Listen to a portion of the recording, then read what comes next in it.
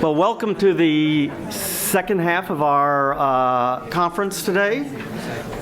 We've heard from the first session the regulatory plans for addressing carbon emissions from the power sector, and now we're going to talk to representatives of the electric power sector to see how they will be responding to the directives, primarily in the United States under the Clean Power Plan. I'm Michael Marr with the Center for Energy Studies. Again, I'm replacing Ken, who is home ill today. So our first speaker will be Mark Anderson. He's the Senior Vice President of Public Affairs for EDF Incorporated. That's not Environmental Defense Fund. It used to be Electricity de France, right? He supports the EDF's group's interest in U.S. federal legislation and regulatory policy. He's had several other positions at EDF, and he is an active participant in several industry trade associations to develop and pursue public policy strategies. One interesting thing from his background is he does have an MBA from INSEAD, so he fits right in with the theme today. Our second speaker will be Eric Bradley. He is the Senior Vice President of Strategy for ENGIE, which used to be known as GDF Suez, where he is responsible for setting business priorities for the company's natural gas and electricity interests in the United States, Canada, and Mexico. As the Senior Vice President of Strategy, he's also responsible for government and regulatory affairs, communications, and corporate responsibility. He holds engineering degrees and an MBA from Wharton. And our last panelist is John Caldwell. He is the Director of Economics at the Edison Electric Institute. He has more than 25 years of experience in the electric and gas utility industry. He first worked as a planning engineer at the Illinois Power Company, now part of Amergen, followed by a position at NiSource. As we're talking about MBAs, he has one from the University of Illinois, and he has a PhD from the University of Illinois at Chicago. So we have a variety of types of power represented here today, from nuclear to gas to independent power, and then we have John, who can kind of address the whole sector for us. So I'll turn it over to Mark. Thank you, Michael. Well, good morning. Thank you so much for the opportunity of coming to talk to you about EDF and what we're doing to decarbonize the economy. Thank you to the French Embassy and the Monsieur le Consul for organizing this event. This is actually our third event that we're participating in the FACT series. We're in LA, and a few weeks ago we were in the Embassy in Washington. And thank you to the Baker Institute, Michael, for all the wonderful things you do, the wonderful research you do. I actually lived in Houston when this institute first broke ground, and to see the growth and the tremendous reputation and position you have in the world of public policy is heartening. So very well done. So the title of my remarks are Decarbonizing Electricity to Decarbonize the Economy.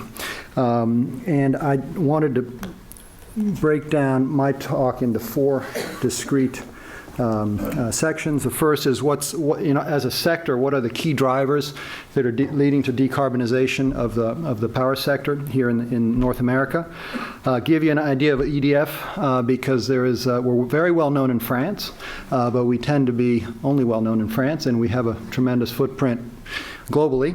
And then tell you about all of the wonderful things that this company is doing in terms of providing low carbon solutions and having the vision that we have to look out 40, 50, 60 years from now, and what is the role of the utility in a world where 80% of the population will live in an urban environment. And finally, COP21. We've been working quite a bit from Washington, where I'm based, to feed in information as to what the administration is doing, all the wonderful things the administration is doing to help make COP21 a success. So with that, the key drivers that are impacting us, there's our Vice President Biden has a term, reality has a way of intruding. And there are certain factors that have become facts in our world of the utility industry. And it's a sector that's undergoing tremendous change, rapid change. Typically a few decades ago, the utility industry was, clicking along like clockwork below the radar. But we're impacted, and change is permeating throughout our business. First and foremost is technology and innovation. Here in Houston, you well know about our natural gas supplies, which is a 100-year resource that's impacted our wholesale power prices, but has given us also, as an economy, a tremendous competitive advantage in terms of low electricity prices and cheap natural resources, and reinvigorating a manufacturing sector. And it's impacted the coal industry, as we see coal switching over to natural gas generation. And then distributed generation, meaning solar, wind, distributed generation close to the load centers, away from a centralized utility model, and behind the meter technology in our homes. We see tremendous change. So how do we address these technology and innovation drivers?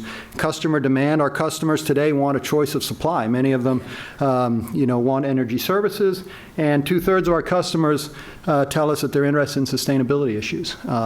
As in the utility business, we serve the public interest. We need to respond to what our customers are saying and wanting. Market forces. Low demand growth for electricity, low natural gas prices are driving down wholesale power prices, and putting some of our baseload generation at risk. We need to meet these lower costs. And technology has really driven down the cost of renewable energy, both solar and wind. Dramatic. Every quarter you see this clicking down, and more competitive renewables deployment in certain regions of the country. Next, regulation and policy. We heard this morning about the Clean Power Plan. I've personally been working on it for 2 years, and my month of August was no vacation, because August 3rd, this final plan came out, very different from the draft rule, and we're all trying to figure out how to quantify this new rule, very complex, and what it means for wholesale power prices going forward. At the state level, renewable portfolio standards, federal tax policies, this is all driving renewables. And finally, the evolving role of the utility. In certain parts of the country, the centralized generator pushing out power is we're looking at, is the role of the utility becoming one of system integrator, bringing in distributed generation, pushing out baseload power when that renewable power may not be online. In some states, California, New York, are looking at addressing new business models for the utility. So the whole industry is very focused on this. So, bottom line, we're in a business that makes 40, 60-year investment decisions. So today, what do we invest in today? We can't afford to strand assets. We are very forward-looking, and again, what's the role of the utility in a world in 2050 when 80% of the population in the world will live in cities? So a little bit about EDF. As I mentioned, France is our core. We're 85% government-owned. We're publicly traded. But we have a worldwide presence. In Asia, 30 years in Asia, right? Magdalena, my colleague here, was in China. We have a joint venture with the Chinese building 2 nuclear reactors there, heavy R&D presence in Asia. Very strong presence in Italy, the UK, and Poland. And here in the U.S., we actually have a long-standing presence in nuclear, in renewable energy, and trading, as well as energy services and R&D, and in Brazil. So we're one of the world's largest integrated utilities, so that means generation, transmission, distribution, and end use. Gives us, you heard this morning about this complex, the world's most complex machine, the utility system. We flip a switch and it's ubiquitous, the light should go on. But what enables that to happen is an incredibly complex, integrated system, and EDF is in a very good position as being in all facets of the value chain of energy production of electricity production and transmission distribution to address those. So quickly, EDF overview, not a shameful, just want to give you an idea of how big we are. We have 38 5.5 million customers worldwide. In terms of installed capacity, almost 140 gigawatts, distributed between nuclear, thermal generation, which is gas and coal, mostly gas, and then heavy hydro and renewables energy. So we are in every fuel source. EDF is involved. And we have 1.5 million kilometers of transmission and distribution grids that we're operating. That's mostly in France. And we are close to 160,000 employees, of which 1,500 are here in the U.S. So, and we do, in terms of the Robeco Carbon Disclosure Project, we do report our carbon emissions. We're very proud of the fact that 87% of our generation is carbon-free. So to this, our topic today, in France, we're 98% carbon-free, but on a global basis, 87% carbon-free, and we believe that's a fantastic result. Here in the U.S., this quick map, just to give you an idea, we're present in 42 out of 50 states, have 1,700 employees here. Again, between generation. Our trading business is up here on Beltway 8, 350 employees that are active in wholesale power, electricity and gas trading, environmental products, and coal trading. Let me give you, here are our business lines. So our renewable energy business is a utility scale greenfield developer of wind and solar. It's a 28-year-old business headquartered in San Diego, a little over 1,000 employees. We're one of the largest developers of wind farms in the U.S. We have 3,200 megawatts of wind and solar and biomass in our portfolio. We're 1,300 megawatts under construction today of wind in North America. And interesting, we are one of the largest O&M operator of wind farms in the U.S., 10 gigawatts. And to show you how technology has evolved, there is a central control room in our office in San Diego that manages every one of those turbines. So this is for our own account, but also for third parties. So we're the largest third-party operator and maintainer of wind farms. So in terms of predictive maintenance, a few years ago, you had to go through the field to understand if there was an issue with one of those turbines. Today, we do that in one centralized control station out of San Diego. Trading and energy services is again here in Houston, 350 man operation. The headquarters of EDF Trading is in London, but we're top 10 wholesale power, electricity and gas trader here in the U.S. And we also have an energy services business serving the commercial industrial market and the municipal, university, schools, and hospital market at the retail side. Here at EDF Research and Development, this is a heavy emphasis that EDF places. We have 800 people globally in the R&D group at EDF worldwide.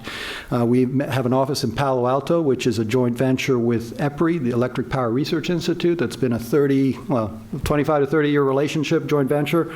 But we have people in Palo Alto that are here looking at startups, doing venture investing in everything that's happening, all the technology changes that are happening in our sector, from electric vehicles to storage to microgrids, distributed generation. These relationships extend with MIT, formal relation, and Berkeley.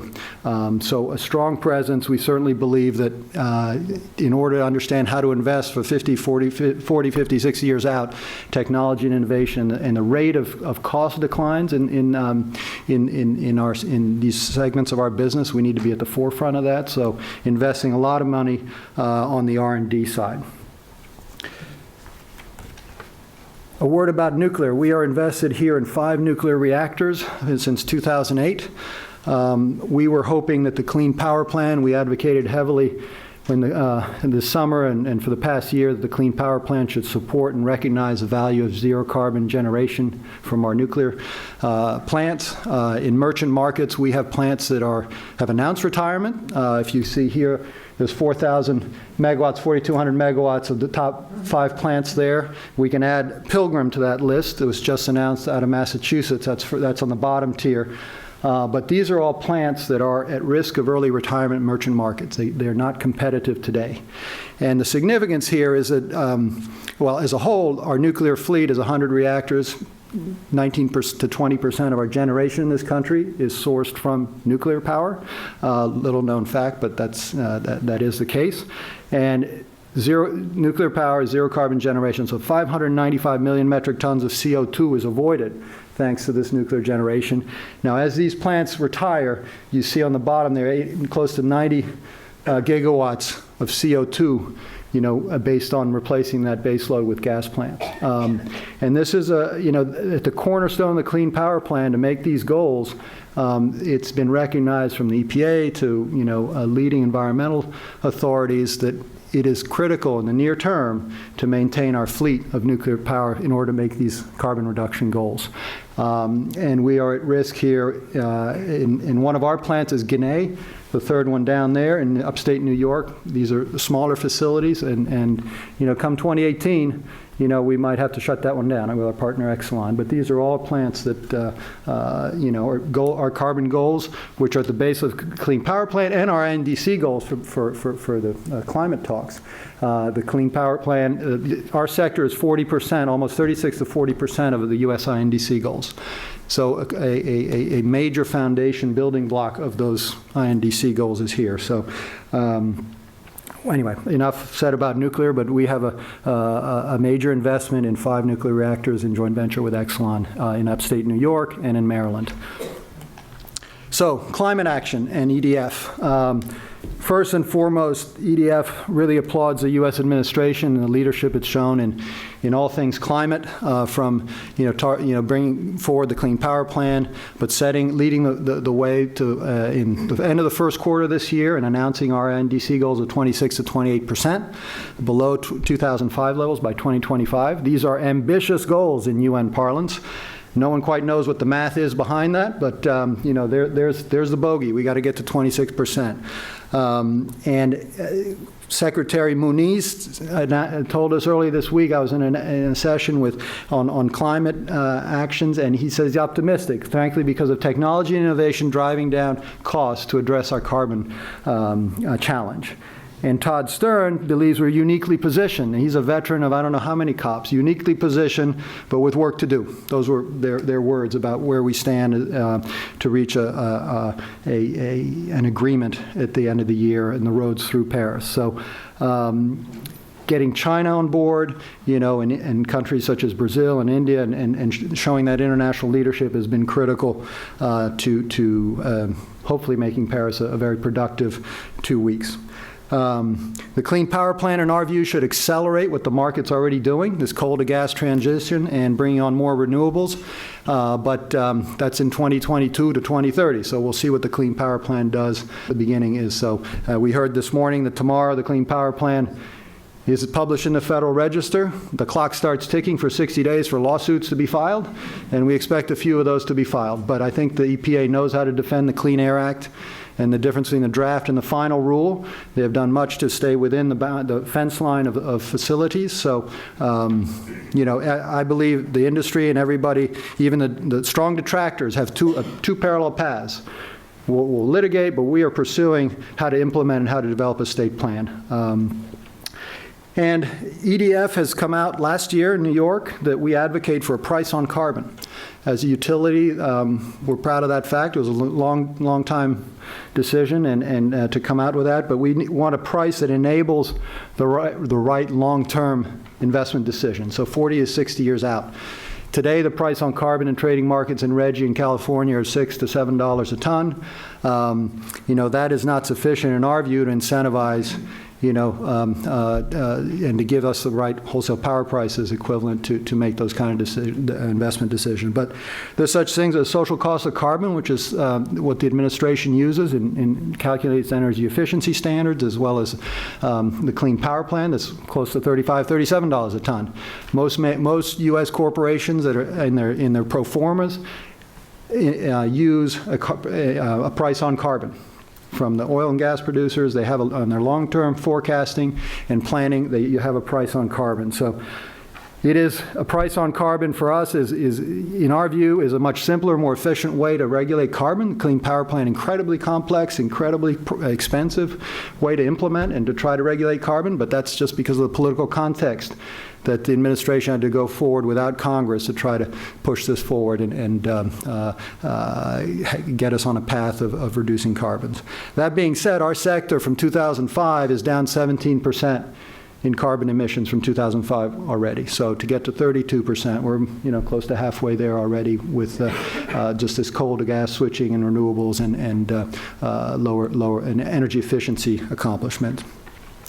Finally, EDF strategic plan with our new CEO is called CAP 2030, and I'd like to share with you some of our goals. One, our 38.5 million customers. You know, we need to move closer to our customers, understand they want sustainability, they want choice, and we have to help educate how we can live more in a more energy efficient, our consumption, make it more energy efficient. Our goal, as most utilities, is to deliver reliable, affordable, and sustainable power. And ultimately, we're going to be an integrator of strong electric systems that go into people's homes, as you know, from all the interconnectedness and people distributed generation that are coming back onto the grid. We've committed to increase our renewable energy generation from 25 gigawatts to 50 gigawatts, most of that being renewables. Today, 20 gigawatts of our renewables is our hydro capacity. And finally, we want to drive our international presence. A third of our business between now and 2025, we hope will come from our international markets and bring our low-carbon solutions to our partners overseas. And this is the most exciting part about the private sector engagement. This week, on Monday, actually was announced there's an American Business Act on Climate Pledge. And as part of COP21, the governments can do all they want, but actually where the rubber hits the road is with corporations and individuals acting. And here we have 81 companies, and we don't have the figures here, but let me tell you, they represent $5 trillion in market capitalization, $3 trillion in annual revenues, and they employ over 9 million people and are active in all 50 states. These are all major corporations. If you go to the White House website, you will see. And this is a very exciting development where they made these climate pledges, not an MOU. They made significant pledges in terms of energy procurement and what they're going to do in terms of energy efficiency. Similarly, earlier in October, 10 of the biggest agricultural companies, Cargill and Mars, came out with commitments on climate change. And we see here in our sector, Portland General, Berkshire Hathaway, Iberdrola, Invenergy, and Calpine are amongst the the companies from our sector that signed on to this climate pledge on Monday.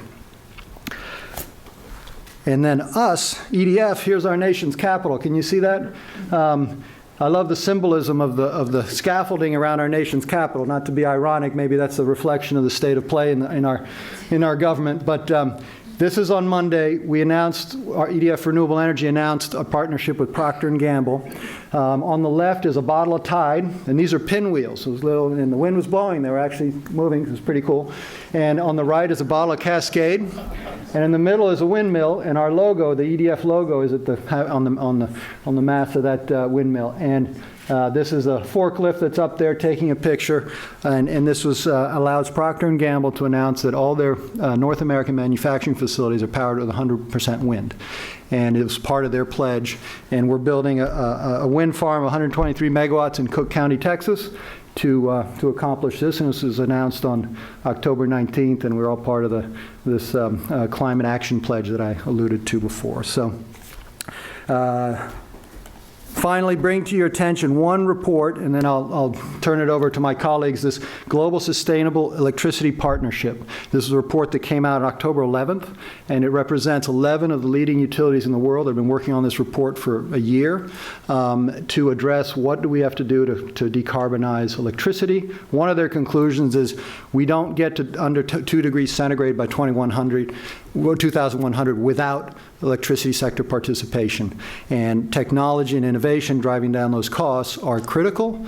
And technology and innovation usually comes in discrete slices.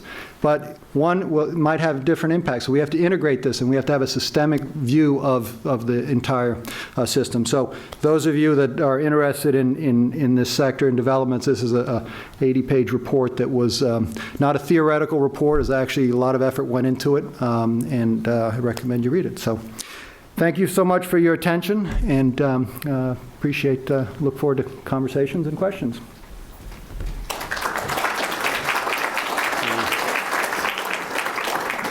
Okay, he's getting you on. Good morning. Eric Bradley. I'm with NG, formerly GDF Suez. We're in the middle of a branding process, or rebranding process right now, so we might be using the old GDF Suez name in some of these materials. But thank you for having us. Thank you for the Consul General of France to host this. I think it's a timely topic, and for our company, we've been doing a lot around the world, and certainly here in the U.S. I'm going to focus my discussion on the U.S. and some of the things we're doing, and also I think paint a positive picture for what the U.S. brings. Probably many of you know the natural gas revolution that's taken place over the last 5 years is, I think, something that gives us a great advantage in trying to drive towards more sustainable future and climate objectives. So I'll spend just a few minutes bragging about our company. EDF did it. We got to do it as well. Brag for a few minutes. Then I'll talk about, I think, in general for the U.S., what the energy transition means, and then how our company here in the U.S. is responding. So here's what we call the Bragawatts page. Through a series of acquisitions and development over the years, have been able to pull together a pretty impressive fleet around the world. We have 115 gigawatts of power generation under operation, and to put that in the context of the U.S. market, the U.S. market's roughly 1,000 gigawatts. So we roughly would run 10% of the U.S. Power generation fleet around the world. 10 gigawatts under construction right now. And what I'd say, we're proud of is that while we don't have the nuclear presence of an EDF, we certainly have pretty I'd say carbon light operation. 13% of our electricity production comes from coal. And I'll make a comment later about some things we're doing related to coal. Within North America, I'd like to say that we think pretty well positioned for the energy transition.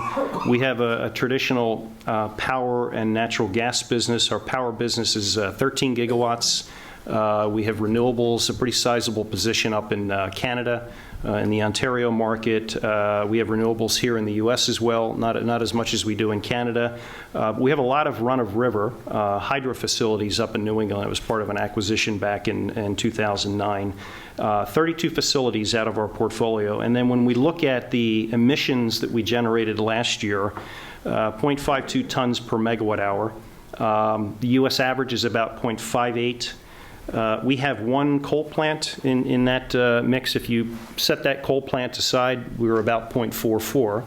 And when you compare some of the targets that need to be achieved in the Clean Power Plan, we're actually not that far off. I mean, there's obviously some things we'll need to do to hit compliance, but it's not like we have a difficult path to get there.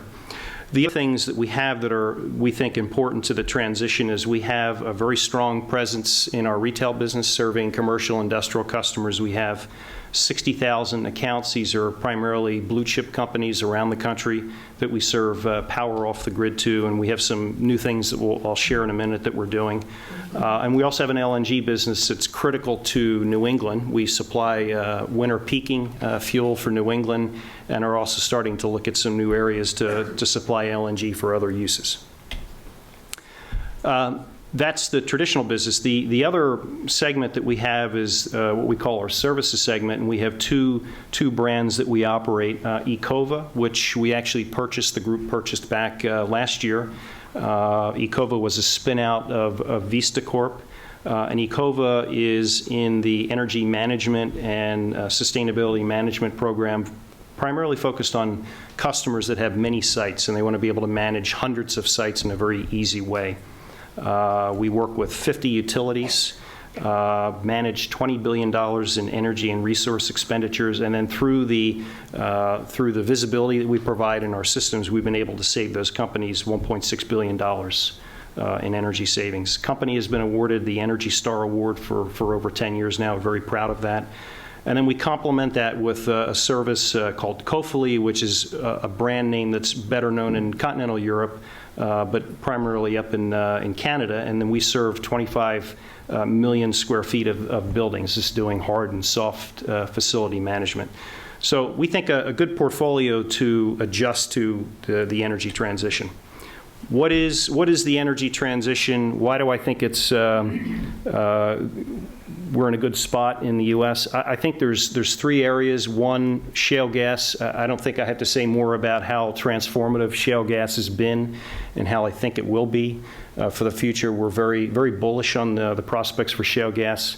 The other thing is clearly energy policy, Clean Power Plan, all the other EPA regulations. But the other thing that I think is really critical is disruptive technology, including digitalization. We're working with a number of companies in Silicon Valley, and it's just amazing the capability to monitor, measure, and manage energy consumption in a cheap way that just 5 years ago you couldn't do. And I think that's really going to be the surprise for the industry in the next 5 years, is how digitalization is going to drive a lot of change ahead of regulations and ahead of what industry might do. So just a little bit, some of this was touched on earlier. When we look at just what the shale impact is on CO2 emissions, the charts on the left, this came from the EIA, the Energy Information Administration. We hit a 27-year low in CO2 output in the U.S. In April of this year, and that was due to many of the plants, due to low gas prices, many of the coal plants being backed out and gas plants were running. And some of the charts down there show the trend in natural gas consumption and then the reduction in coal. Pretty amazing. We know back roughly 2 years ago, while the emissions in the U.S. were going down, we knew Germany's emissions were going up. And for any of you who follow what's going on in Germany, they've had a very aggressive plan to include both wind and solar, but they had a problem with their carbon pricing that allowed coal plants to operate. So the U.S. was actually sending its coal, exporting it to Germany to run coal plants, kind of a perverse outcome. So the chart on the right just shows why are we seeing the trend we're seeing on coal. If you look at the dispatch costs, so this would be the operating costs to run a coal plant and dispatch into a wholesale market. The bar off to the far right at $2.25 coal, the black bar, and you compare that, that's roughly on par with $3 gas. And in many parts of the U.S., we're below $3 gas. In fact, in some of our plants, we're buying gas for below $1 an MMBTU in parts of Marcellus. Unheard of. So take $3 gas, put a $30 carbon price on there. That's actually the shadow price that was identified from the EPA in their Clean Power Plan. And you know, it's pretty easy to see how gas, natural gas, existing technology, not even advanced gas turbines, can easily compete with coal going forward. The other thing that we see, we've talked about energy policy that was hit on a little bit. We, like many other companies, are going through the reams of information that have been presented. But what we wanted to do is just get a rough sense of, if the plan is implemented as stated, and each state was required to comply in a vacuum on its own, what would that mean for coal retirements and for renewables? And we come up with some pretty astounding numbers. 250 gigawatts, so roughly a quarter of the U.S. generation fleet, we could see over the next 15 years being replaced with renewables. Now, I caveat that this is if each state had to do it on its own. What we do know is that the Clean Power Plan will allow states to trade amongst one another, and we expect with that trading there's more degrees of freedom. So I think that's probably a high number, but it gives you some range as to what we might see on renewables. And 104 gigawatts of coal retirements, which is roughly a third of the coal fleet. So if the Clean Power Plan goes through as planned, there's pretty significant changes over the next 15 years to the power fleet. There have been some other studies done by some of the investment banks that are putting the renewables play anywhere from 160 to 270 gigawatts. So I don't think this is crazy, but it's ambitious. So the other thing we have is, there's been a lot of talk about solar. There hasn't been a lot of talk about advanced CCGTs, combined cycle gas turbines. There is new machinery out from Siemens, General Electric, very, very high efficiency equipment that has, for those of you in the power business, this is over 62% thermal efficiency, really state-of-the-art equipment. But when you compare it to what we're seeing in utility-scale solar, if you look at the chart on the left and you put a reasonable gas price and a reasonable carbon price, it looks like utility-scale solar, and this is a Texas example, can actually compete for the periods where utility-scale will produce power, can compete with an advanced gas turbine. But both of those pieces can compete with coal. And I think that's the important point. So we still think gas, advanced gas turbines, utility-scale solar are part of the ways to get there. There was, for those of you that follow what's going on in Texas, Austin Energy had a bid a couple of months ago. We know some of the bids were below $40 a megawatt hour. Unheard of. And this is utility-scale solar. Chart on the right is showing what the trends are on utility-scale solar with and without the ITC extension. We estimate that in order for, even if the ITC extension doesn't go through at the end of next year, you would need roughly a $30 per ton carbon equivalent price in 2017, going down to about $15 by the end of the decade. And I think from everything we've seen, $15 per ton at the end of the decade and then declining after is a pretty reasonable number. So the point here being, even without the ITC credit, we think in the Southwest and Texas, going into next decade, utility-scale solar will definitely be in play. If we move on to technology, it's actually some of the most mundane things are the ways we can comply and reduce energy. And we're very bullish on energy efficiency. It's not a sexy, glamorous topic, but it actually can achieve a lot of results. There's some work here that's been done by others that show lighting can reduce consumption in a household roughly 1,000 kWh per year. And you just see how it's off the charts compared to the other changes. We've done some analysis on LED lighting, which I think has taken a lot of people by surprise how cheaply it is. If you go into Home Depot, you can see how the prices have come down. But if you replace the if you replace all the lighting in the U.S. with LED lighting, you take down a pretty significant consumption of energy, 640 terawatt hours down to 375, and lighting alone is about 20% of U.S. consumption, energy consumption. So that's a big deal, just in lighting. The other thing, and I think this ties back to business models, is the ability now with some of the startups that we work with to package very cheaply solutions for customers that they didn't have the interest in doing, nor the wherewithal to do, or the understanding. We're able to package solutions of energy efficiency, including rooftop solar. And what we have here in the stair step is to show that if you want to get the greatest impact both on energy reduction and cost savings for the customers, it's the simple stuff. It's smart thermostats, it's LED lighting, it's insulation.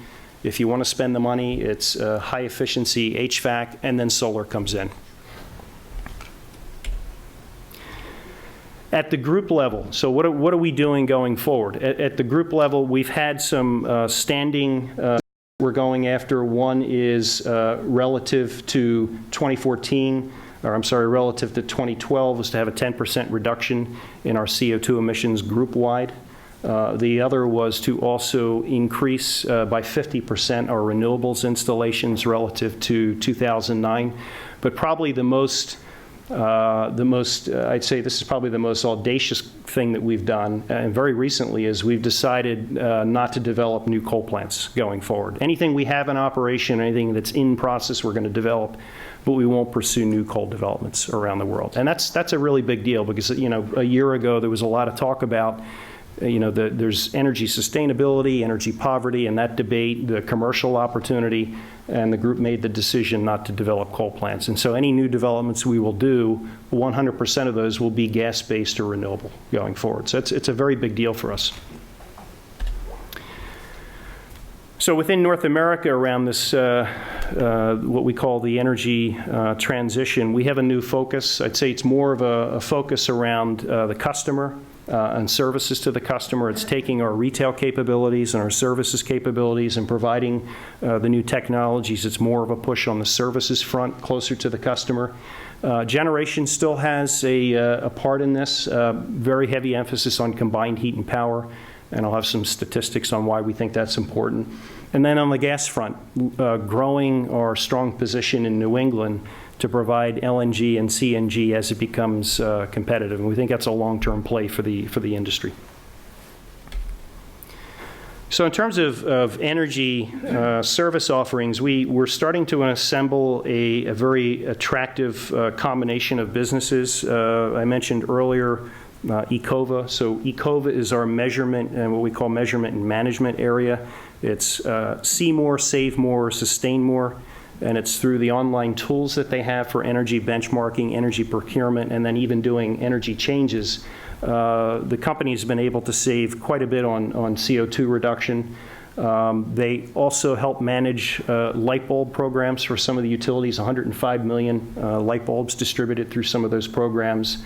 And just in 2014 alone, $800 million of energy cost savings. So we have Ecova for the energy, the digital platform.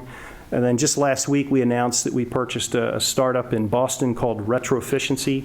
Retroefficiency is a big data, cloud-based platform that has been able to take meter data from a building, and through advanced analytics are able to create a thermal model of the building and understand from that thermal model what are the energy efficiency improvement opportunities, calculate what they are, and then if the customer wants, then actually manage those changes. So it's a customer engagement model.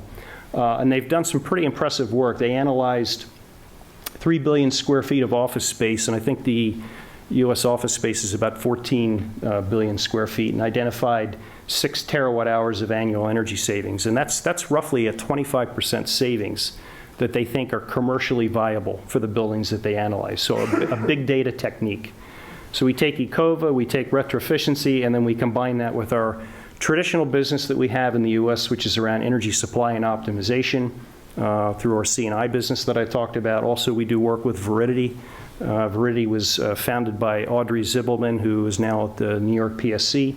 And then we also recently, over the summer, took a stake in a battery company called Advanced Microgrid Solutions. And over time, we'll start bringing in battery solutions where it makes commercial sense, and which will also help customers save money and also eliminate expensive peaking plants being used on the grid. So on power generation, I mentioned combined heat and power. We already operate 1,400 megawatts between the US, Canada, and Mexico, mostly industrial, but we think there's a lot more opportunities. There's been a lot of talk since Superstorm Sandy around resilience. Combine that with the need for energy efficiency, and also the industrial build-out that we're seeing here in the Gulf Coast. And there's a lot of, we think, very interesting opportunities for CHP. From an energy efficiency benefit, if you look at the heat, the fuel that's used, and you compare that to separately creating a thermal source and a power source, it's 25% savings on primary energy use by using combined heat and power. Generating the fuel, or generating the heat and generating the power at the point of consumption, and also getting the reliability and the sustainability needed. So we're very bullish on that. 40 gigawatts, we think, is the opportunity in the U.S. that's economic. There's much larger numbers if you want to go after stuff that has longer paybacks, but we think just on the stuff that has pretty quick paybacks, about 40 gigawatts. The other thing we're doing, I mentioned we have one coal plant. We used to have two. We have one that we retired earlier this year in Massachusetts called Mount Tom. And we're working through right now, making some very good progress to take that facility, level it, and then put a community solar farm there that we would then virtually sell the power to the neighboring community. So pretty exciting for us to be doing that in the New England market.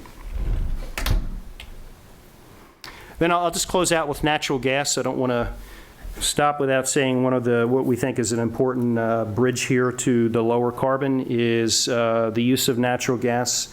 We have a facility up in Boston, the Everett facility. The two pictures at the bottom show our LNG truck receiving facilities. These allow us to fill truck trailers to burn LNG to drive, and also the tractors themselves. So we have a few commercial customers in New England, some greenhouses, and some companies that actually use their truck fleet are using LNG. The challenge, of course, right now with the low oil price, it makes it more challenging for this to work, but we think over time this will come back into play.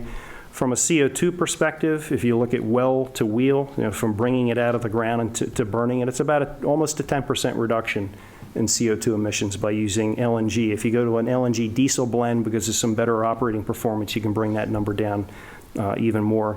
And then we also have LDC, gas distribution companies in New England, we also provide LNG to. And by getting in their programs to convert people from electric furnaces to gas furnaces, you have a very significant 64% reduction in CO2 emissions through gas. So we think it's an attractive opportunity, and it's an important way to hit our CO2 compliance targets. So I'll stop there. I appreciate your attention. Look forward to comments.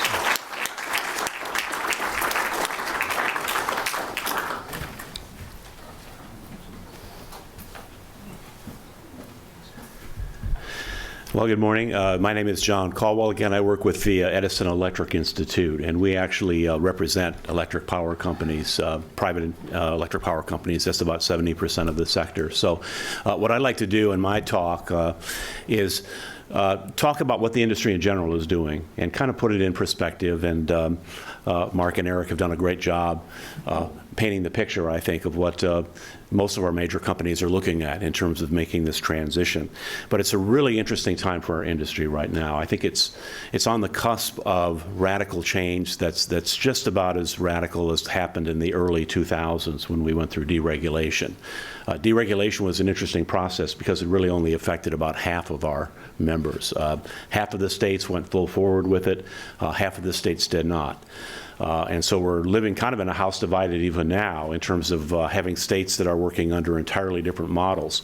And whether this process will increase that level of differentiation or maybe bring us back to a kind of a common standard model remains to be seen. But in either case, I think we're looking at some real profound changes going ahead. And one of the drivers of that change is environmental regulations. Clearly, Megan in her presentation this morning talked about internalizing the costs of externalities, negative externalities, and we're certainly doing that in a big way in recent years. This slide, it's been variously called the train wreck slide, the death of a thousand cut slide. This shows the gamut of environmental regulations that either have recently been passed or will be passed in the very foreseeable future. And you can see they cover a wide range of areas. We not only have to deal with air, and not just carbon, but of course we're worried about sulfur dioxide, nitrogen oxides that cause acid rain. We're worried about particulate matter emissions. We're worried about mercury and air toxics coming out. So basically there's a range of potential air pollutants. Climate, of course, mainly it's the Clean Power Plan now. Water is an issue. All of our major power plants deal with effluent water. One type of pollution that's not discussed a lot is temperature pollution. The water is used for cooling, so it heats up. So if we're using water that's being recycled back into lakes or streams, it will actually be ecologically disruptive. 316B is actually a measure to try to create closed circulation facilities that prevents that heated water from moving out.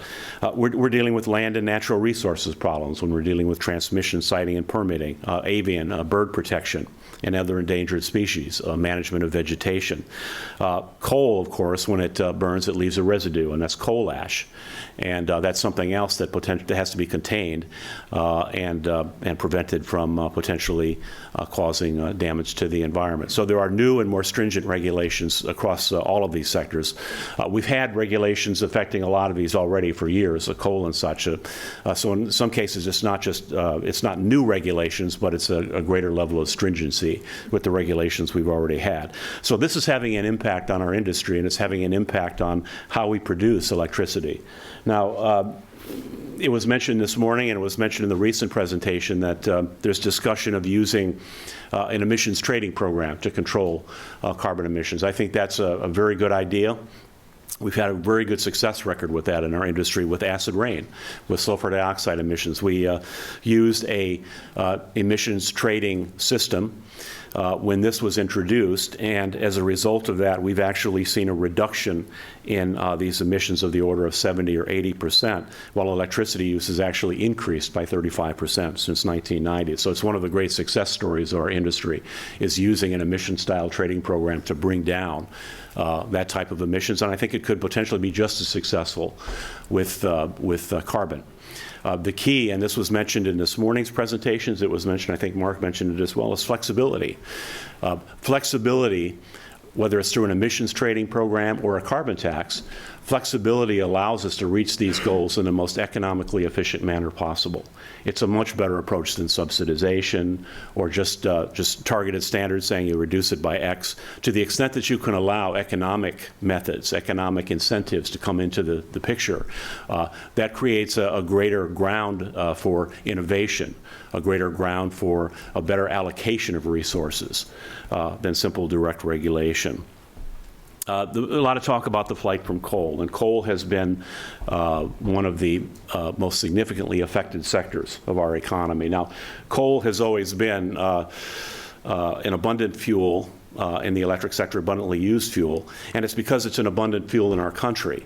I've read that if we had an energy system that was entirely dependent on coal, we would have enough energy to provide in this country for the next 200 years at least. So we have an abundant source of fuel, abundant source of coal. The tragedy, of course, with coal is that it's dirty in just about every possible way a fuel can be dirty. So when I showed you that avalanche of regulations, a lot of those are affecting coal. And the way that we keep coal clean and environmentally manageable. The other factor that's affecting coal is this radical decline in gas prices as a result of the fracking revolution in just the last few years. The old value proposition with coal and nuclear and gas was that while coal and nuclear plants might be relatively expensive to build, they were very inexpensive to run because of the low cost of the fuel. Natural gas was the reverse. While it was relatively inexpensive to build a natural gas plant and it took about half the time, if not less, historically natural gas was higher cost to run because of the high cost and volatility of natural gas prices. And that's changed. It's changed dramatically in just the last few years. I remember I was giving a presentation back in 2007. I called it the dash to gas, and I was warning that if we continue to become increasingly dependent on natural gas in our industry, we could see a run-up in prices, a radical run-up in prices. We could see ourselves becoming increasingly dependent on overseas suppliers. Iran was talking about forming an OPEC-type cartel with natural gas. And then after about the year 2008, that all changed. Now the debate is how much gas we should be exporting to other countries because we found such an abundant reserve as a result of this radical improvement in the way we can commercially extract natural gas from shale and other unconventional resources. But that's the second factor that's really affected coal. Now coal has this economic problem, and Eric talked about this as well, that coal is having more difficulty competing on the margin with natural gas. So in just the last 7 years, we've seen generation from coal decline by more than 20%. We're generating about as much electricity from coal now as we were 25 years ago, even though we're producing 35% more electricity in total. So coal's definitely seen a retreat. We've retired about 20 gigawatts of coal fired generation in just the last 3 years. We expect to retire an additional 30 gigawatts in the next 3 years. That's 50 gigawatts. That's about 1/6 of our coal fleet that's been retired. And of course, the Clean Power Plan will cause additional retirements over and above the amounts that we were planning on retiring anyway in the longer term. Eric talked about the decline of solar prices, and this has really been an interesting trend as well. That's helped us in terms of moving toward a cleaner generation fleet. We've seen a decline in the cost of photovoltaic solar, not just in terms of solar panels on roofs, residential, but in terms of utility-scale solar. And utility-scale solar is actually a much more economic way of producing solar power than putting it on individual rooftops. So we plan and we expect that our members are going to much more aggressively pursue utility-scale solar to meet our carbon objectives going forward. The base plan, and this was before the Clean Power Plan, the base projections from the Energy Information Administration was that we'd be producing about 20% of our power from renewable sources by 2040. Now, that includes hydropower. If you take out hydro, that's about 13%, predominantly solar and wind by 2040. Now, as a result of the Clean Power Plan, some of the estimates I've seen is that solar and wind alone will now be more than 20% of our source of energy by 2040. With the additional incentives. And as a result of the Clean Power Plan, as I mentioned, we'll probably see a greater reduction in more conventional resources such as coal. In fact, here's, again, this is pre-CPP, pre-Clean Power Plan. This is the evolution we were already seeing in terms of fuel sources. Now, back in 1988, about 25 years ago, coal was actually providing more than half of all electricity in this country. Coal sources, and in fact we had a significant little amount up there for petroleum, which is virtually invisible now. We have very little electricity produced from oil. And natural gas was a relatively insignificant portion of the source of generation. Now in the last few years we've seen that change. The last few years it's been easy for me to give presentations because it worked out to a nice 40-30-20-10. 40% coal, 30% natural gas, 20% nuclear, and 10% renewables. That's going to change as we go forward. We're going to see coal and natural gas making up more of a similar percentage. They're still going to be together. They're still going to make up the same relative share of total production. Nuclear is going to be about the same. We're going to see that bump up in renewables I talked about earlier. Now again, the Clean Power Plan is going to change this final bar on the far right. As a result of that, most projections I've seen is that natural gas will now become our predominant fuel source. It'll overtake coal as the dominant fuel source. And you'll see that green bar at the top, the renewables bar, significantly wider than it is, making up more than 20% of our source of energy. So it's going to be an interesting transition. We've already seen a radical change in the composition of plants that are being built. This shows power plants by type. Just make it real simple. This one here is natural gas, blue one.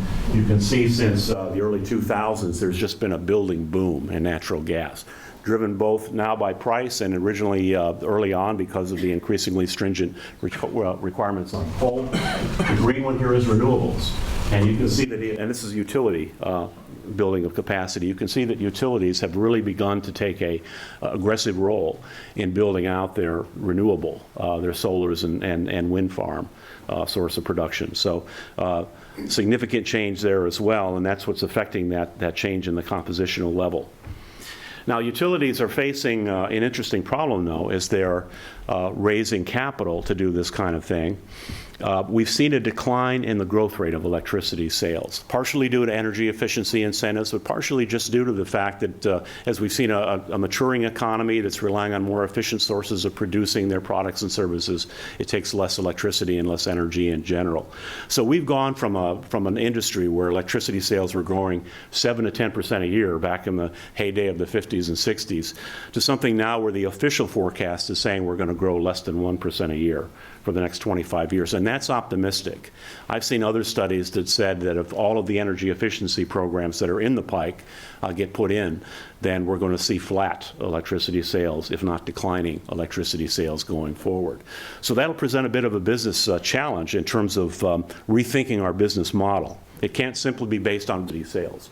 It's got to be based on doing what we're doing more efficiently and exploring new ways of providing services and goods to our customers.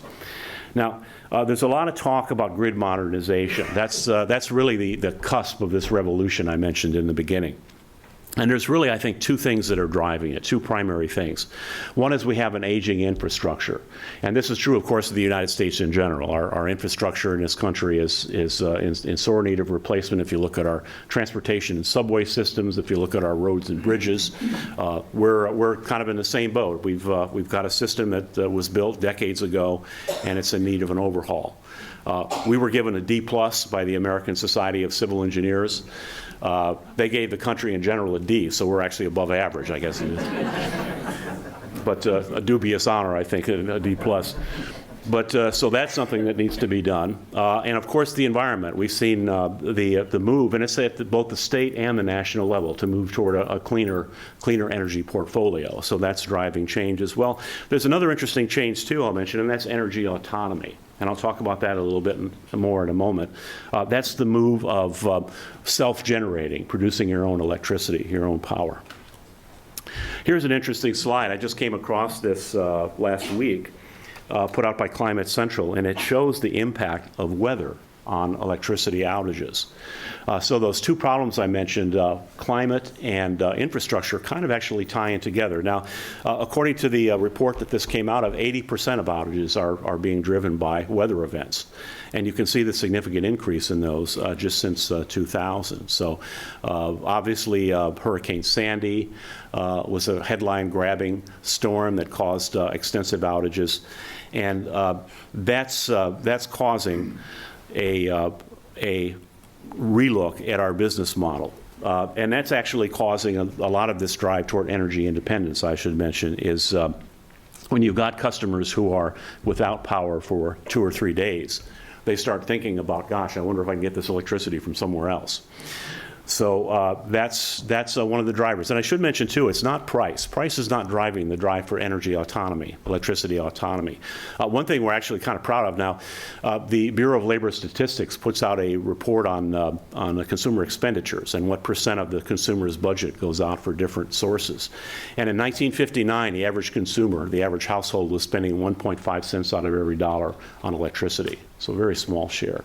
Now, of course, since then, 59, we've had everybody now has dryers and air conditioning, central air conditioning, and home entertainment systems, and various other appliances that were unheard of back in 1959. So you'd think that figure would be radically different. But I noticed in 2013, according to the report, the statistic was exactly the same. Customers are still spending 1.5 cents out of every dollar on electricity. So that's a remarkable record of cost control, I think, and it's a record that we'd like to uphold as we move forward and address some of these changes.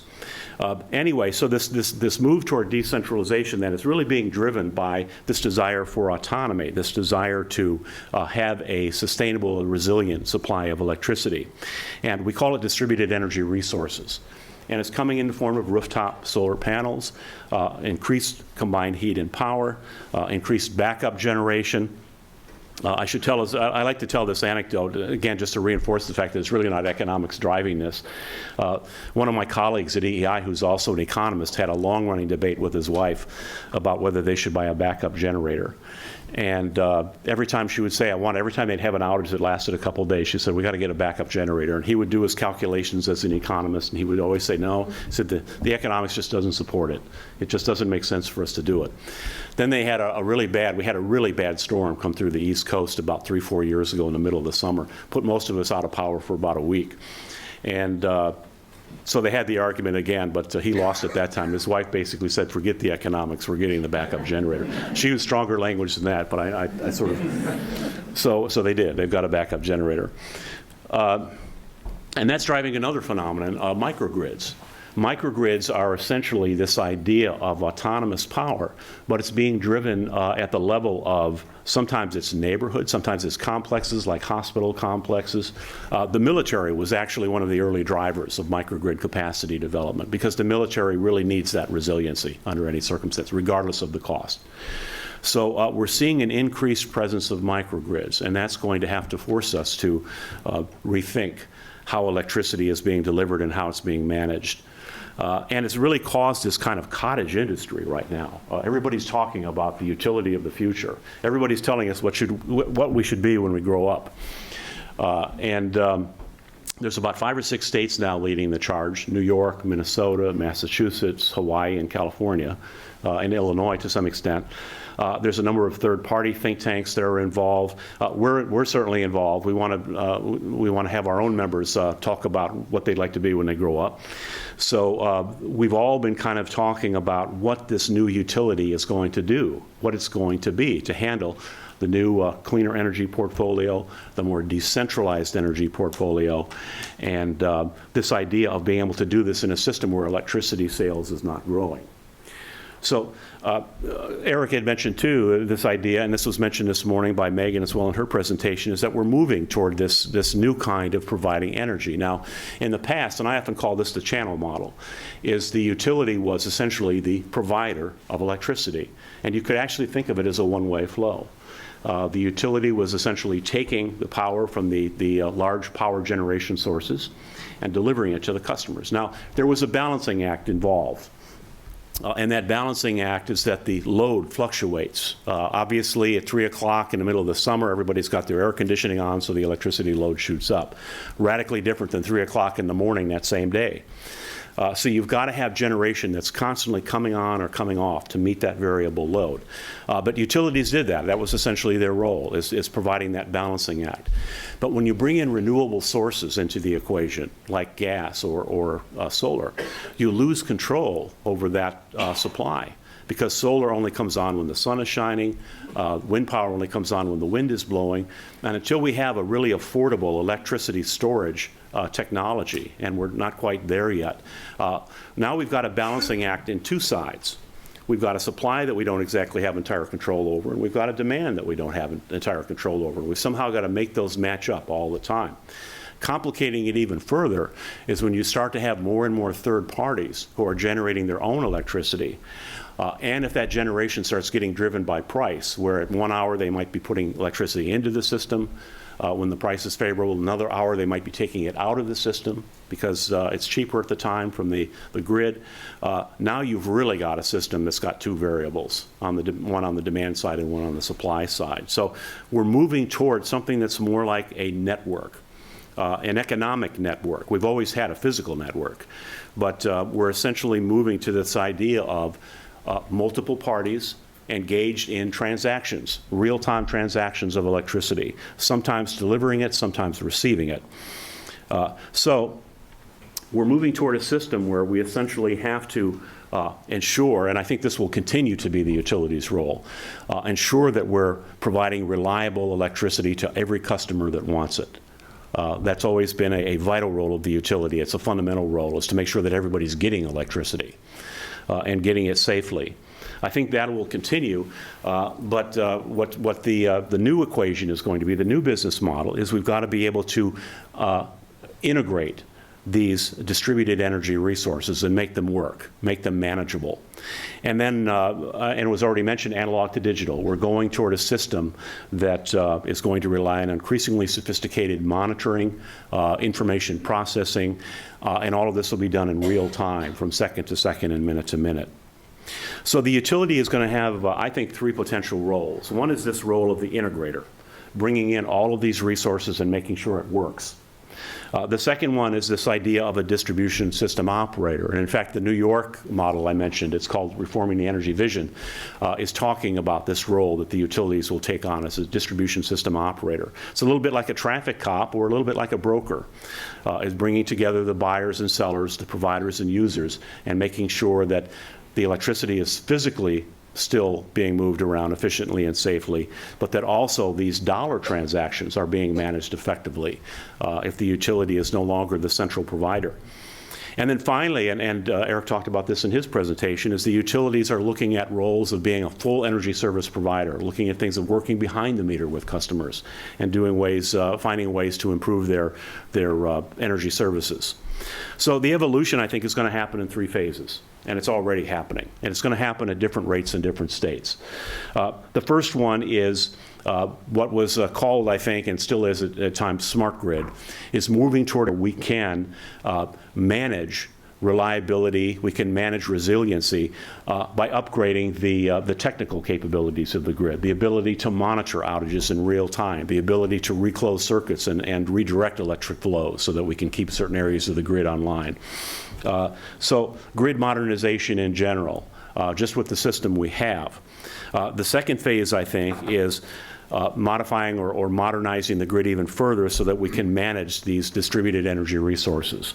We can effectively do this twofold balancing act of having intermittent and third-party resources coming in and exactly balancing out the variable demand that we're seeing from moment to moment. And then the third stage, the final stage, I think, is when we truly move to this economic network and we're dealing with multi-party transactions. We're dealing with a utility that's essentially being a broker and a traffic cop, a utility that's making sure that that all of the participants on the grid are effectively providing or receiving the services that they want to receive. So all this is going to happen in different ways and different rates. As I mentioned at the beginning of the talk, I'm not sure if this will bring us back eventually to a standard model. We'll be back on the same page. We've been a house divided for the last 15 years or so. Or if this is actually going to cause an increase in the number of different models in different states and different systems. But we are all interconnected. All of the states are interconnected. We've got 3 major systems, as was mentioned this morning, the Eastern Interconnect, Western Interconnect in Texas. So, and even those are interconnected. So physically, we've got to make sure that the system is still working together as a whole, working together as a unit. I think the interesting challenge is going to be, and the interesting phenomenon to watch, is how we evolve as a business. So with that, thank you very much.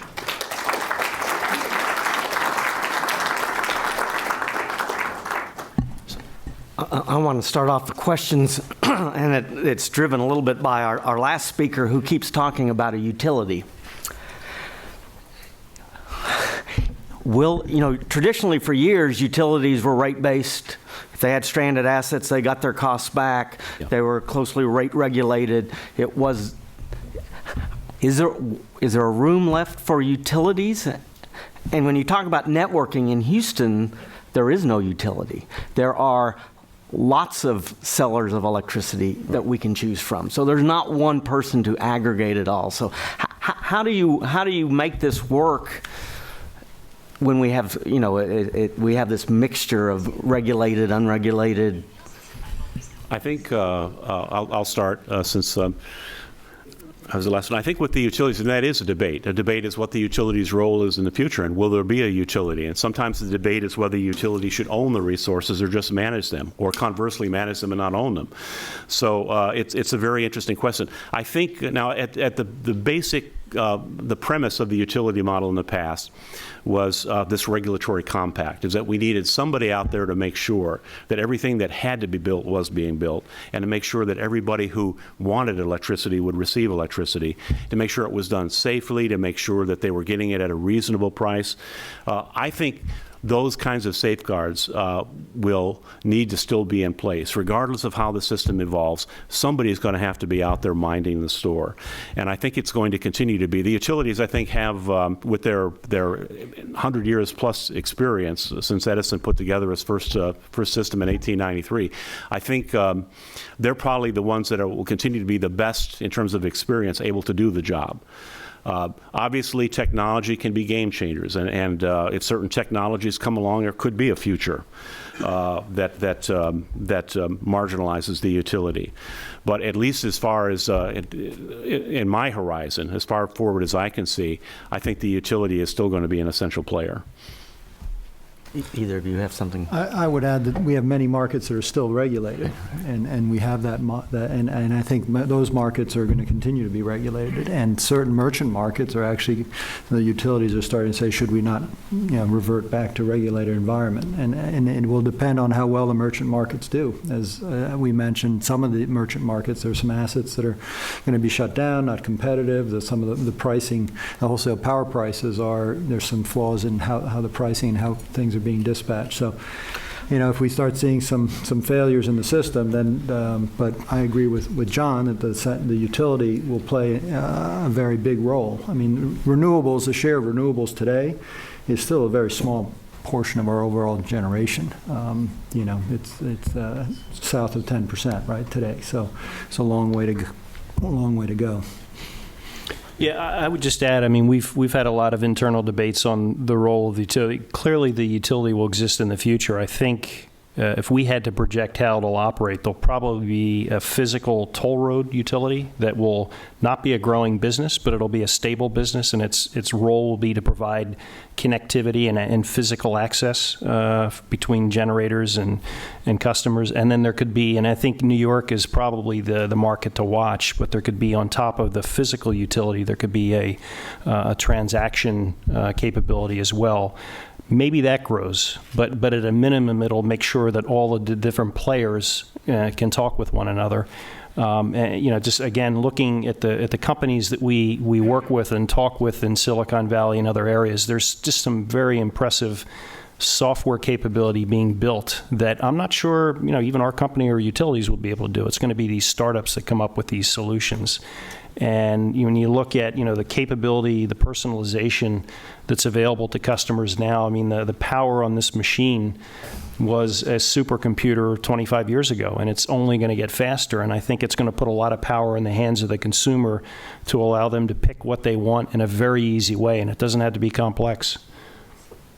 How does rate regulation fit in with that new model? Is that still something you're going to see in lots of states? Is that going to limit your ability to be innovative, or? I would say, coming back to the comment, on the nuclear, I think the wholesale markets are absolutely going to have to evolve. They're going to have to recognize that assets that provide low carbon base load generation, there's going to have to be some mechanism, ancillary payment for those assets, like gas generators that provide a kind of inertial balance to the system. They're going to have to be paid. And as we see more and more renewables coming in and wholesale prices coming down, that's going to have to be adjusted. It's going to have to be corrected. And so, I think RMI has put some papers out on this idea of providing, locational, time-based, attribute-based pricing. It's complex, but I think, again, with the software and the technology, it can be done. You can shield the consumer from a lot of that. I would add that to that too. I think that is a big question, is how the regulatory model is going to change. And as I mentioned, there are different states moving along at different trajectories and different rates, I think. And so we're certainly watching some of those states. New York is one, the New York Reforming the Energy Vision model. Minnesota's E21 initiative is another one. California has had their member companies submit distributed plans going forward. Massachusetts, I believe, and Hawaii is another one that's doing it. So those are the 5 states. And I mentioned Illinois, too, they put out legislation, I think it's called the Grid Modernization Act. So those states are taking the lead at this point in terms of exploring other regulatory models. And so those are 6 states we're watching very closely to see how they make it work. Because they may, and that's the nice thing, I think, about having 50 states with 50 regulatory commissions. It's like 50 laboratories, and we can see which ones are working and which ones are not. I would add, in Illinois, our partner Exelon is trying to convince the legislature to implement a low-carbon portfolio standard to support the nuclear facilities there that are at risk of early retirement. And, with little success so far, but we'll see next year in 2016 if they're successful. So we had 2 people talk about their company, and they called them the advertisements for their companies, but really that's what we need, because they're the ones going to be implementing these new rules. And if you look at the innovation coming out of these 2 companies, for sure, compared to what they were doing as an entity 20 years ago, their business models are really changing, and they're looking at new ways of providing services. And so, it requires a lot of innovation on the companies, and we're seeing that, and it also is going to require innovation on the regulatory side. New frameworks to how to do these things. So I'll open this up for question. Yes. You mentioned Hawaii. They've really done a lot with rooftop solar. And the result is the people who can afford to install these things have done so. They're selling power back. They're paying almost nothing. And there's been a huge cost shift to the people who can't afford to put these up and people who live in apartments. So what do? It seems like basically you're going solar by making poor people pay for it. Well, that's a very good point, and I didn't mention that during my presentation. I was mentioning there's a right way and a wrong way to get to clean energy. I think the right way is through something like a carbon tax or an emissions trading program. I think the wrong way is through subsidization. Dealing with an issue in a lot of states right now, it's called net metering. Net metering essentially is, and it was a great, easy solution when we only had 3 or 4 people that had solar panels. The idea was if you put a solar panel on your roof and you generated more electricity than you used, your meter would literally spin backwards. And so it was a very simple solution. The problem with that is that what that means is that the customer is receiving the full retail rate of electricity for the power they're providing, and that's not the market value of that electricity. A big part of the retail rate is including the cost that the utility has to charge for the infrastructure it's built. And so if we're paying somebody the full retail rate, we're essentially paying them in part what they should be paying us, which is for having that system in place. So the net metering debate is a huge debate. It's going on just about in every state right now, and we try to make that point, and it's your point, is that who's really hurting is the customers who don't have, and a lot of times it's the lower income customers who can't afford solar panels. And to recover those fixed costs, that rate ends up getting shifted. It has to be raised elsewhere, and so it's really it's causing harm. So we're hoping, and some states are realizing that now, and they're moving toward more rational, I think, ways of compensating for power. But again, it's this idea again is that to create these incentives, we've got to have the right market signals that represent the true costs and benefits of these technologies. I mean, most net energy metering, the homeowner can sell their power back at a retail rate, right, from the early days. And does that make sense? No, you should be able to sell it back at a wholesale rate. And the perception that I put rooftops on my home and I'm off the grid. I mean, how many times have you heard that? I'm completely off the grid. Well, you know, when the sun doesn't shine and you need your AC going in the middle of the night, you need power from the central station. So, you know, it's all an education. That Arizona is the first state, I think, that recognized this cost shift. The public utility. Hawaii. And Hawaii too. Yeah. Okay. Yeah. So. Yeah, what struck me in all 3 talks was the electric industry embracing a time of very disruptive change with new technologies and recognizing the drop in demand growth coming from energy efficiency, recognizing the much bigger role that solar and wind are playing as their prices have plummeted, recognizing and seeming to be ready to live with the Clean Power Plan and what that will bring to the utilities.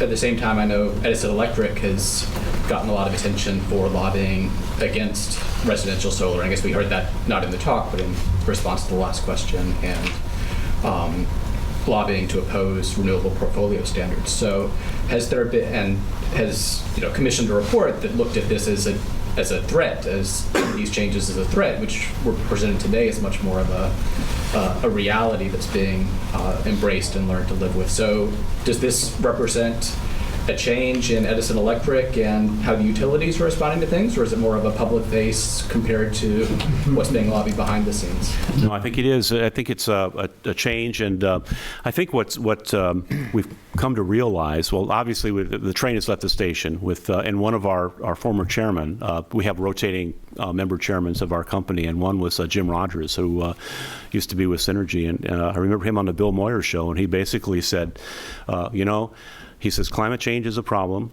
He says 1/4 to 1/3 of all emissions come from power plants, so we're part of the problem, and we really need to be realizing that there's going to be a solution.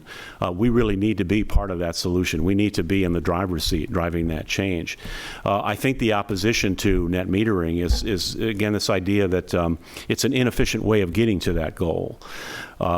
Fundamentally, what we'd like to do as an industry is we'd like to get to the level of reliability our customers want and expect. And I didn't mention in my presentation, reliability is more important now than it was 50 years ago or 100 years ago. People need to be connected all the time. So this is the wrong time to be less reliable. So we need to get to that level of reliability. We've got to get to the level of clean energy our policymakers want to get us to. And we need to do that as cost effectively as possible. That's the key. We don't want to gold plate it. We want to make sure that however we get to that goal, it's in the most efficient and cost effective and safe way as possible.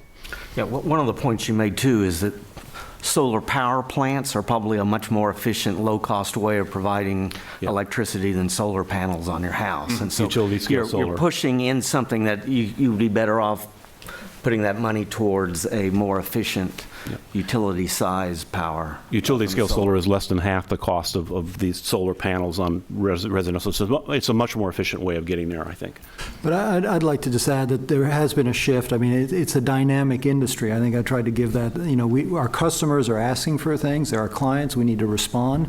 And we need to and I've heard a CEO of a major utility with a heavy coal fleet say, decarbonization trend is here to stay. We got to live with it. And we can, and we should lead in what our customers want. The issue is we need time to get there, because otherwise the reliability of the grid is a threat. And that's one of the reasons the Clean Power Plan, the final rule, didn't start in 2020. It went back 2 years to 2022 to give the industry and FERC and all the regulatory bodies had questions about reliability of the grid if we didn't give the industry time to make these changes. So we also heard Megan. That really is just a few percent of customers anywhere besides Hawaii. Is the industry also working to address some of the other distortions in the pricing of electricity? Looking at ways that customers can be incentivized to realize the true cost of power at different times of the day, moving away from most electricity plants in Texas actually discourage efficiency by having higher prices as per kilowatt hours you reduce your use. So is there as much effort being driven towards, at least in Texas, the majority of plans that distort electricity behavior in those ways? Yeah. There's a lot of utilities that have now adopted, it's called advanced metering. What advanced metering does is it allows them to put in things like real-time electricity rates so that you create that hour-to-hour efficiency where customers see a higher price. Now, to make that work, the downside of that, and this is the other thing that we have to deal with as we look at change going forward. There's a lot of talk about customers as prosumers, but we have to realize there's a lot of customers that don't want to think. They don't want to have to spend a lot of time thinking about their electricity usage. It's one of the biggest complaints, and I saw it once. I was giving a presentation when I worked for a utility. I was giving a presentation to a consumer group, and I was talking about our choice program. And one of my last questions, somebody stood up and she said, ever since you introduced that program, I've got these rates I don't understand anymore. I'm getting called by telemarketers, confusing me with their offers. Said I was much better off before you had this silly plan. At least, so I think one of the complaints, if anything, from customers is sometimes their rates are too complicated as it is, and so that is an obstacle, I think, and that's something we have to be cognizant of. Is that for a lot of people, the value of electricity is you don't have to think about it. You turn on a light switch and the light comes on, and as long as that light switch continues to come on, and it comes on at an affordable price, they're happy.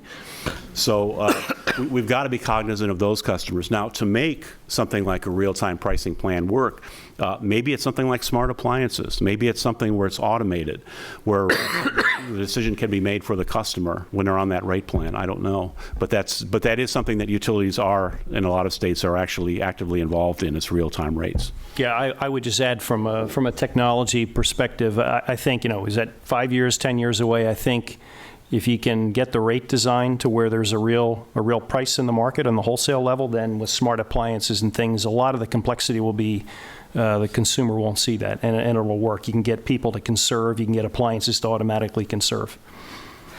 We have time for one more question. Yes, a few weeks ago at a similar energy panel here, one of the panelists suggested that a carbon fee of $30 to $40 per ton, which is about twice, I guess, what BC and Australia use, would be appropriate. Our policy folks in the first session didn't mention carbon fees. The two folks from the commercial area have. What do you think is a fair starting point, and will it increase or will it decrease, as one of the speakers mentioned? I think it'll decrease over time. I think you probably need, if you want to get a market-based approach to get renewables in, you probably need around $20 to $25 at the end of the decade. And I think over time, the cost of the technology is coming down to where by 2030, 2035, you don't need a cost or a price. I will say, though, that the Obama administration moved to something through the Clean Power Plan that wasn't in an ideal situation for set up how to do with carbon, because they can't get anything through Congress. Right. So they couldn't get through the original climate bill with trading. They to put through a tax change would be probably pretty difficult. I think the next administration is going to have some of the same problems. And so you end up with a regulatory solution like we have that maybe not ideal, but That's right. it's the only thing that's left. It's amazing. It was just a few years ago, I think 6-7 years ago, we actually had bipartisan bills for cap and trade programs sponsored by both parties, and how things have changed. I was watching one of the congressional hearings, and John Kerry was in it. He says, now, if we don't get one of these cap and trade plans passed in Congress, you're going to be dealing with the EPA in a few years. So take that as an incentive. Well, So to tie it back to some of our first panel, I think what we've heard today is a plan to deal with carbon that has a lot of flexibility, yeah. that doesn't have a lot of mandates for specifics, but allows companies to try to figure out the best way to adjust. And it sounds to me, I haven't read the Clean Carbon Plan all the way through, there's 4 or 5 different ways a state can go. And it's that not trying to dictate the specifics as much as it is to open up, okay, you need to go in this direction, come to me with your plans on how to get there. And I think that's what you two were saying. Look, we're adding all sorts of new services and things that we wouldn't even think about 10 years ago. I can't tell you today which of those are going to be the big changes or not, but let me go down that path, because I think that will get us there at a lower cost than an old command and control. You got to build this type of plant where you have to have this amount of renewables. So I'll leave it with that. Thank you very much. We'll go to lunch, and we have one more speaker who will be talking about the Texans and their stadium that they play in. And